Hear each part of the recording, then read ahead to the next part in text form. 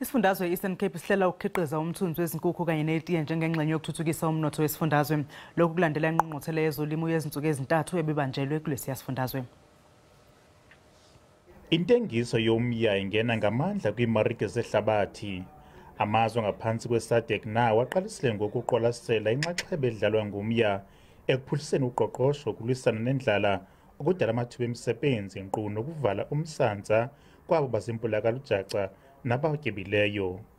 Sikhuphe amagqiza ukukhangela ehlabathini uba kusetyenzwa njani kule mcimbi. Siyayibona ukubaluleka kwayo kuba yenza izinto ezininzi, yakha izindlu, yenza iimpahla, yenza as we speak ezi moto zalapha e-Eastern Cape, some of them Volkswagen nabanye basebenzisa la hemp ukulungisa ezinye iipati zemoto zabo. Izifundiswa kunye neenkcubabuchopho zophuhliso uqoqosho emakhaya zifuna iliphondo lingene kwimarike yehlabathi.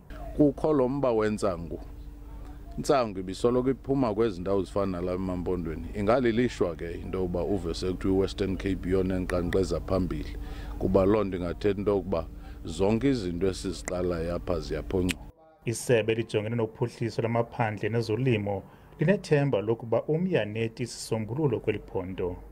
Ukuze silwisane nokungabikho kwemisebenzi, indlala, nokungalingani kunye nolwaphulo-mthetho, kuxa siqiniseka uba singabantu sisebenzisa abantu bethu abazifundeleyo izinto zophuhliso ingakumbi ezilalini.